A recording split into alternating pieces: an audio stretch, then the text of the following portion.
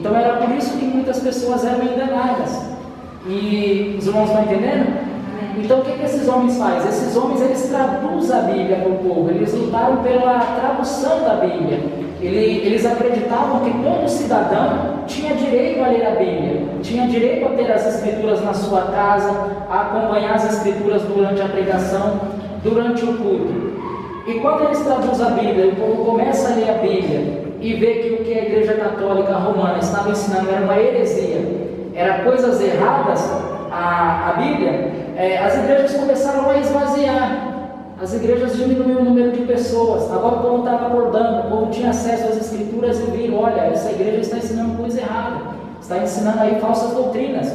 Eu li aqui, Jesus não ensinou isso, Pedro não ensinou isso. Não, onde estão esses profetas aqui que é citado nos apócrifos na Bíblia? Nem o nome de Deus citou eles. Então teve todo esse processo aí. E o que os católicos fizeram? Aí veio o movimento contra a reforma. Começaram a perseguir esses homens, porque eles traduziram a Bíblia. E qual foi a forma de perseguição? Além de matar muito desses homens à fogueira, matar vivo, apedrejado, muitos foram mártires, vítimas dos católicos romanos.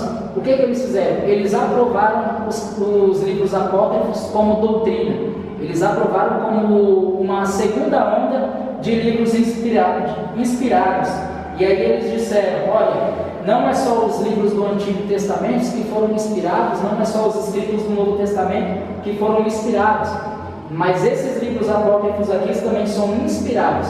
E aí o povo começou a orar pelos mortos, o culto virou uma mariolatria. Os irmãos sabem o que é mariolatria? Adoração a Maria, adoração à imagem. Começou toda essa questão aí, tá bom? Mas através de muitos homens que se levantaram, Martinho Lutero, por exemplo, no século XVI, né, teve o movimento Reforma, e a igreja ela volta aí às Escrituras, tá? Agora voltando aqui, irmãos, até aqui tudo bem? Os irmãos conseguiram entender? À medida que os irmãos tiverem alguma dúvida, os irmãos...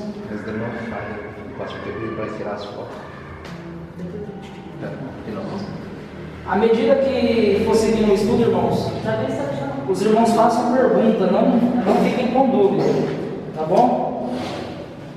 Então vamos aí para a introdução ao Novo Testamento, né? O que é o Novo Testamento? Né? O Novo Testamento ele é composto por quantos livros? 27 livros, né? Ele é composto aí por 27 livros, ele tem 5 divisões. Quais são essas divisões? Primeiro, ele se divide em evangelhos ou livros biográficos, tá?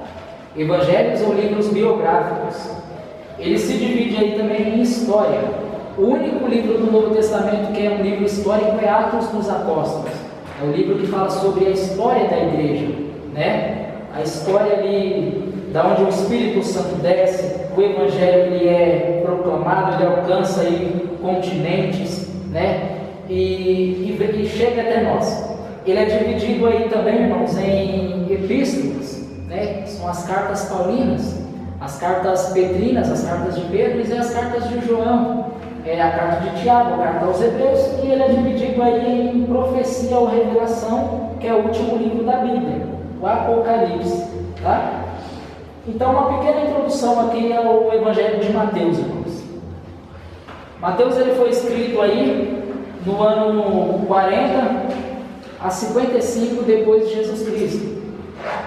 Então, como eu disse na aula passada, o povo do Jesus Cristo e os apóstolos, eles tinham apenas o Antigo Testamento. Quando Jesus estava vivo, Mateus não estava já escrevendo o seu evangelho. Por exemplo, ele estava andando com Jesus: olha, eu vi Jesus curando ali a menina, filha de Jairo. Eu vi Jesus curando ali a mulher de fluxo de sangue, eu vou escrever aqui. Não. Eles começaram a escrever bem depois da morte de Jesus Cristo. Então ele foi escrito nesse período aí. Foi escrito para os judeus, tá? Mateus ele escreve aí para os judeus, na perspectiva judaica, faz conexão com o Velho Testamento, tá? O Velho Testamento que são as escrituras hebraicas, tá? Revela o Messias como rei prometido do Velho Testamento aos judeus. o soberano que veio ordenar e reinar. Mateus ele tem aí o propósito de apresentar Jesus como rei dos judeus e a autoridade que Jesus tem sobre o seu povo, tá? Está aí em Mateus, capítulo de número 1, versículo de número 1, Mateus 16, tá? Ao 19, Mateus 28, 18 ao 20, tá? Eu estou falando aqui, mas depois essas aulas elas vão ser transmitidas lá no grupo, aí os irmãos, qualquer coisa, dão uma olhada, tá? Não precisa se preocupar e verifiquem, tá? Então ele traz o que esse Evangelho de Mateus? Ele traz a linhagem, a genealogia real de Jesus, né? Ele apresenta Jesus como um rei, até as suas raízes judaicas, como filho do rei Davi, tá? Está aí em Mateus 1, vai falar sobre a genealogia de Jesus. O Novo Testamento é o cumprimento do Velho Testamento. Note logo no começo do Novo Testamento o que diz Mateus 1:22. Abre um irmão aí de Mateus 1:22. Mateus 1:22. Tá? Esse Evangelho de Mateus aqui também é considerado aí, tá? O Evangelho que mais traz profecias, tá? Mateus ele escreve na perspectiva judaica. Ele tem o propósito de apresentar Jesus como rei, soberano, que veio para ordenar e reinar. Ele fala sobre a genealogia de Jesus, né? Que é da linhagem de Davi, descendente de Davi. É o Evangelho que mais traz profecias. Mateus 1, versículo de número 22. Quem aí achou?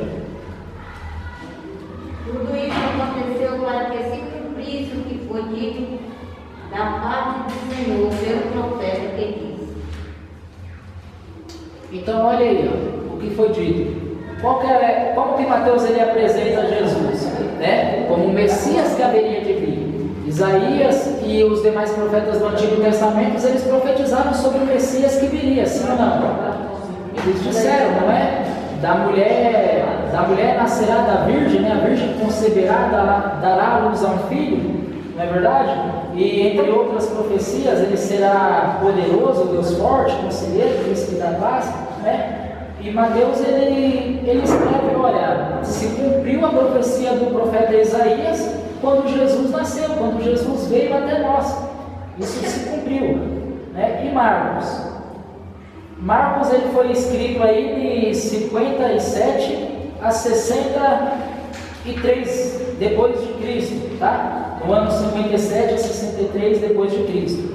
Foi escrito para o povo romano, tá? Então Mateus ele escreve aí para os judeus, Marcos escreve para os romanos, tá? Para o povo romano.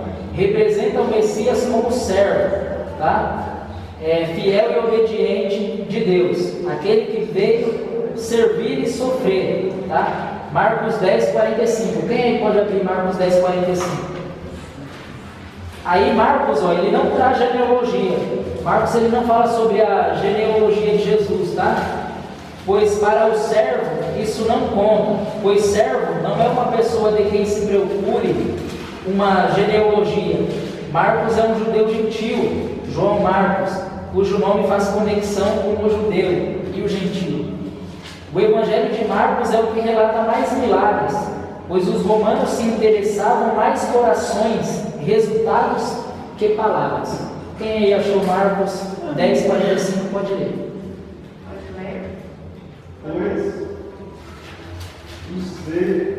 Pois o próprio Filho do Homem não veio para ser servido, mas para servir e dar a sua vida em resgate por muitos. Amém. Então Deus abençoe a vida do nosso irmão. Então olha o contraste entre esses evangelhos, irmãos. Enquanto Mateus ele apresenta Jesus, ele é escrito para os judeus e apresenta Jesus como o rei prometido do Velho Testamento, Marcos ele foi escrito para o povo romano, apresenta Jesus como o Messias que veio para servir e sofrer, apresenta Jesus como servo. O Evangelho de Marcos não apresenta Jesus como um rei, aquele Messias que veio para reinar, veio para impor regras, coisas assim. Não, ele apresenta Jesus como um servo sofredor, aquele que vem sofrer, né? E ele não traz genealogia, Porque ninguém procurava saber sobre a genealogia de um servo.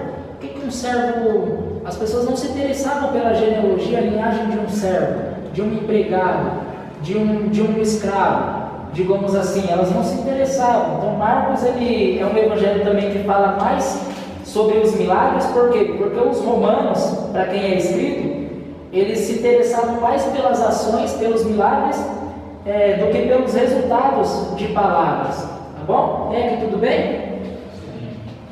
E Lucas? Lucas ele é o terceiro evangelho, né? O doutor Lucas. Lucas ele é escrito aí no ano 63 depois de Cristo. Foi escrito para os gregos, tá? Vocês não sabem quem são os gregos? Os gregos, os romanos, não sabem? São gentios, somos nós, digamos assim. O que não é uma pessoa judia, né? Isso tem que ficar claro aqui também. O que não é um judeu, né?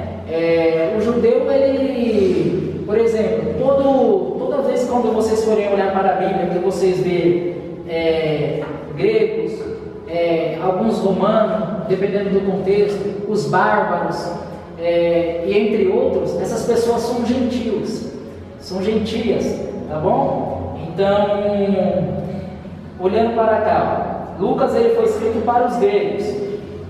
Ele relata o Messias como um homem perfeito, tá? O Filho do Homem, aquele que veio repartir e se compadecer. Lucas 19:10. Algum irmão abre aí em Lucas 19:10. Os gregos gostavam de tudo detalhado. Lucas tem genealogia, mostrando que Jesus é perfeito. Traz a linhagem, genealogia humana de Jesus. O primeiro homem, Adão, mostrando Jesus como um homem perfeito, tá? Mesmo tentado na carne, ele continuou perfeito. Lucas era um médico e um gentio. Narra o sofrimento de Cristo em detalhes, que só um médico poderia fazer, tá? Dá detalhes aí que só um médico poderia fazer. Os irmãos acharam aí, Lucas 19:10? Pode ler. Porque o Filho do Homem veio buscar e salvar o que se havia perdido. Deus abençoe a irmã. Então, olha aí, Mateus apresenta Jesus como o rei dos judeus, né? Ele escreve aí numa perspectiva para os judeus, apresenta Jesus como um rei. Marcos para o povo romano, apresentando Jesus como um servo que veio para sofrer e se compadecer. E Lucas ele escreve aí para os gregos, apresentando Jesus como o homem perfeito, o varão perfeito, o filho do homem.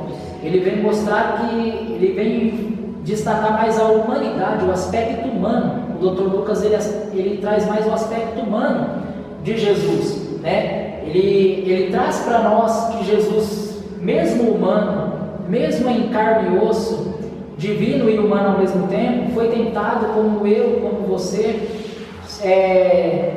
estava sujeito às mesmas tentações, às mesmas paixões, mas ele não cedeu, ele não caiu, ele resistiu, ele foi o varão, o homem perfeito, tá? Então Lucas ele apresenta Jesus como um homem perfeito, né? Aí tem um contraste, né, entre o primeiro homem, né, Adão, e o contraste que o apóstolo Paulo faz, né? Lucas ele também traz aqui a genealogia humana de Jesus, né, mostrando aí o primeiro homem, Adão, e mostrando Jesus como um homem perfeito. Então isso daqui tem um contraste muito interessante, irmãos. Onde Adão estava quando foi criado? No jardim do Éden. Podemos dizer que o Éden ele simboliza aqui o paraíso? Eu creio. O Éden, para os irmãos entendem que o Éden ele é uma figura do paraíso? Ele é uma figura do paraíso, não é? E o interessante é que o primeiro homem, Adão, filho de Deus, criado por Deus, ele estava no paraíso. Ele foi tentado e ele caiu. Ele cedeu à tentação. E o segundo homem, filho de Deus, ele estava no deserto, não no paraíso, sendo tentado, sujeito às mesmas paixões, mas resistiu e prevaleceu.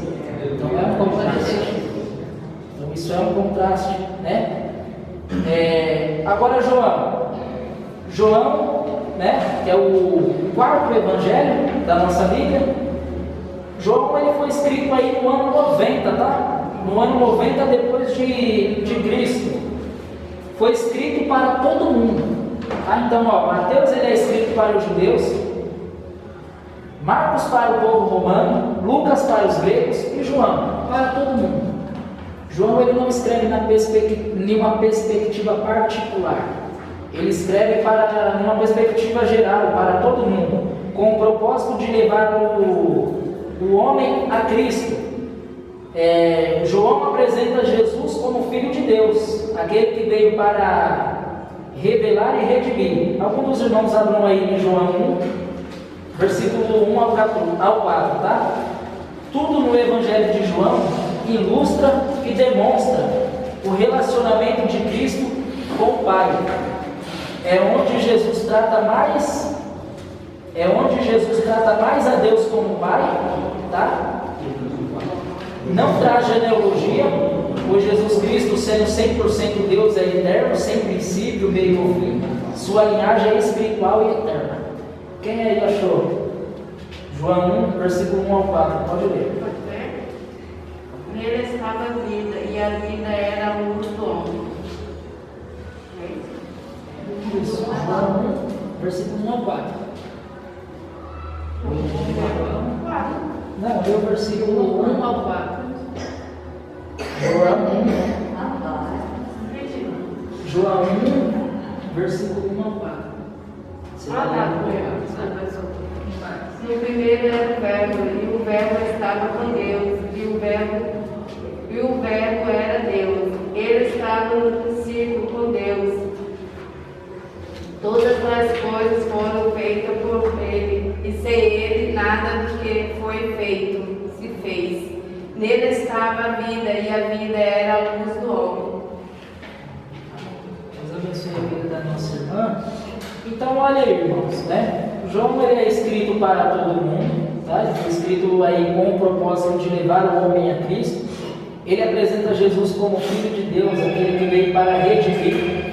E esse texto aí que foi lido pela nossa irmã é o que mostra a linhagem divina de Jesus, o Jesus divino, né? João ele escreve aí na perspectiva de apresentar Jesus como Deus, Jesus como 100% Deus, né? Ele não só vai trazer aí a humanidade de Jesus, o aspecto humano, mas vai trazer aí Jesus como Deus, Jesus divino, o Jesus 100% Deus, né? Com seus atributos e tudo mais. Por que não traz genealogia? Esse evangelho ele não traz a genealogia de Jesus, porque Jesus Cristo, sendo 100% Deus, ele é eterno, ele não tem princípio e ele não tem fim. Então não tem como trazer uma genealogia marcando a data, o início, quando Jesus nasceu, o meio da vida de Jesus e o fim da vida de Jesus. Não, ele não se preocupa com isso, porque na perspectiva de João, a linhagem de Jesus é espiritual e é eterna. Ele é Deus, ele é 100% homem e ele é 100% Deus, tá? Irmãos, agora sim, esses quatro evangelhos, né, mostrados aí, Mateus, Marcos, Lucas e João, eles relatam aí os tipos mostrados em Ezequiel 1:10. O irmão aí abre em Ezequiel 1:10. Para ficar melhor, quem pode abrir em Ezequiel 1:10? Tá bom, o irmão ali abre em Ezequiel 1:10. Quem pode abrir em Apocalipse 4:6 a 8? Tá bom, o irmão ali do lado também, tá? Então olha aí. Esses quatro evangelhos, eles ilustram os quatro animais no meio do trono e ao redor do trono, tá? Então esses quatro evangelhos, eles ilustram aí os quatro animais ao redor do trono, tá? Em volta do trono, que o profeta Ezequiel traz na sua visão no livro de Apocalipse. Ezequiel 1:10. Pode ler? Pode ler. E a semelhança dos seus rostos era como o rosto de homem, e do lado direito todos os quatro tinham rosto de leão, e do lado esquerdo todos os quatro tinham rosto de boi, e também tinham rosto de águia todos os quatro. Amém. Já em seguida, pode ler. do 6 a 8. Isso.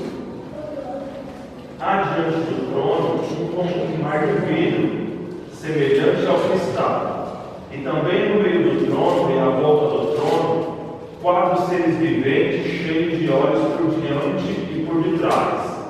O primeiro ser vivente é semelhante a leão, o segundo semelhante a novilho, o terceiro tem o rosto como de homem, e o quarto ser vivente é semelhante à águia quando está voando. E os 4 seres viventes, tendo cada um deles, respectivamente, 6 asas, estão cheios de olhos, ao redor e por dentro, não tem descanso nem dia e nem de noite, proclamando: Santo, Santo, Santo é o Senhor Deus, o Todo-Poderoso, aquele que era, que é e que há de vir. Amém. Deus abençoe a vida dos irmãos que fizeram uma leitura. Então os irmãos perceberam que essa passagem de Ezequiel, versículo de número 10 e Apocalipse 4, 6 a 8 que foi lido, elas são semelhantes? Os irmãos perceberam a semelhança? Só existe uma pequena diferença em dois animais aí, na forma como João colocou e na forma como Ezequiel colocou. Os irmãos perceberam qual são? Né? Ezequiel ele colocou aí o boi, né? E João colocou o novilho, né? Ou seja, o cordeirinho, né? Tem essa pequena semelhança, mas é o mesmo sentido, é a mesma coisa. Então, o que é que esses 4 animais, né? O leão, o novilho ou o boi, como os irmãos queiram chamar, o rosto como de homem e a águia, eles têm a ver com os 4 evangelhos. O que eles têm a ver? Os irmãos, quem aqui arrisca? Para os irmãos. Algum dos irmãos tem alguma ideia? Não? Então olhe bem. Mateus ele apresenta Jesus como quem? Como rei. Como rei. E nós sabemos que o leão ele é uma figura de um rei. Não é verdade? Então Mateus ele escreve apresentando Jesus como rei, e esse primeiro ser vivente, o leão, ele representa aí o evangelho de Mateus. Marcos ele apresenta Jesus como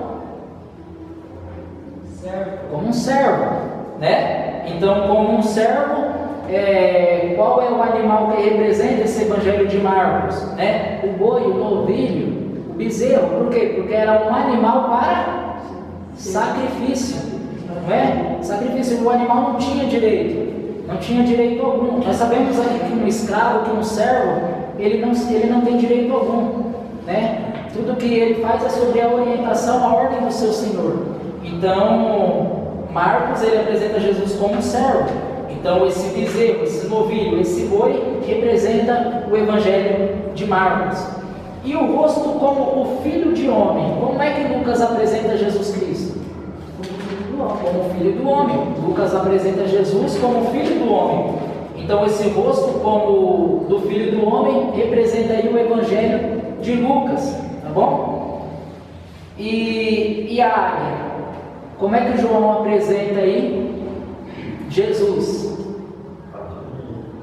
Para todo mundo, mas mais uma coisa, para todo mundo, e é verdade, ele apresenta Jesus aí para todo mundo, né? Para todos verem. O objetivo de João é mostrar que Jesus ele é o Filho de Deus, né? Que Jesus ele é divino. E uma pessoa divina, uma pessoa que é Deus, onde ela fica? Embaixo ou em cima? É por isso que ele apresenta Jesus como uma águia. Por quê? Porque está sempre lá em cima e não aqui embaixo.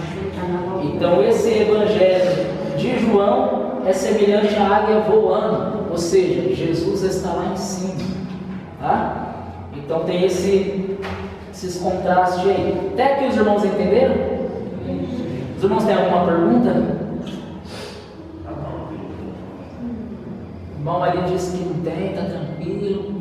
Mas os demais irmãos têm alguma pergunta? Os irmãos tiverem alguma pergunta antes de nós irmos para outro assunto, é bom os irmãos falarem. Não? Então vamos prosseguir. Agora sim, uma questão que eu estava conversando com o pastor Cideval, tá? E que isso daqui tem que ficar claro para vocês também. Irmão, nós estamos falando aí sobre o evangelho, os evangelhos, né? Quantos evangelhos tem na Bíblia?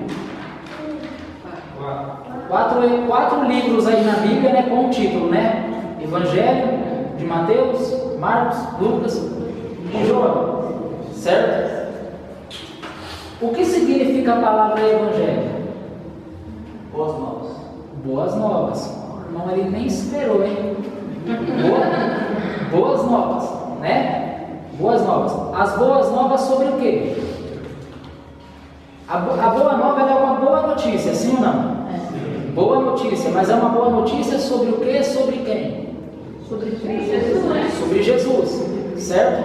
É as boas novas da salvação. Sobre Jesus, o mundo perdido, o pecador impossibilitado de ser salvo, o homem caído nos seus delitos e pecados. Jesus, ele vem para salvar esse homem. Isso não é uma boa notícia? É uma boa notícia, certo? Mas assim, embora esses livros ganharam o título de Evangelho, só existe um Evangelho na Bíblia. Só existe um Evangelho, tá? Esses livros eles carregam o título de Evangelho, segundo escreveu Mateus, Marcos, Lucas e João, mas o Evangelho é um só. Qual que é o Evangelho? As boas novas sobre Jesus Cristo, o pecador perdido e Jesus, o prometido do Antigo Testamento que veio para salvar esse pecador. Então esse é o Evangelho, a mensagem da cruz, tá? Embora esses 4 evangelhos eles apresentam aí Jesus muitas vezes numa perspectiva diferente, a história que eles contam é a mesma. É a mesma história, esses 4 evangelhos. É a mesma. E a mensagem deles é uma só, é única. Jesus veio para salvar o homem perdido. Portanto, o evangelho de Jesus é um só. Tá bom? Agora sim, uma outra questão aqui também, tá? Os irmãos sabem o que são os evangelhos sinóticos? Isso, semelhantes. Quais são esses evangelhos semelhantes? Mas os 4? Não, os 3. Quais são os 3? Mateus, Marcos e Lucas. Exatamente. Mateus e Marcos e Lucas, eles são chamados de evangelhos sinóticos. Por quê? Porque eles são semelhantes. Por exemplo, o que você lê de Mateus, você encontra em Marcos, você encontra em Lucas. Muitas passagens que está em Lucas, você encontra em Mateus, você encontra em Marcos, e assim vai indo. Tá? João, por que João não é tão semelhante? Porque João ele escreve aí com um estilo próprio. Ele não pega ali o que Marcos, o que Mateus, o que Lucas escreveu e copia tudo e passa de forma diferente. Não, ele relata passagens que são exclusivas, que só o seu evangelho traz. Tá? E o evangelho de Marcos também ele é considerado aí por muitos o primeiro evangelho a ser escrito, tá? Não o primeiro livro do Novo Testamento a ser escrito, mas o primeiro evangelho a ser escrito, alguns consideram. E há quem diga que Mateus e Lucas usou o evangelho de Marcos que estava escrito para escrever os seus evangelhos, tá bom? Tem essa questão aí. Até aqui tudo bem?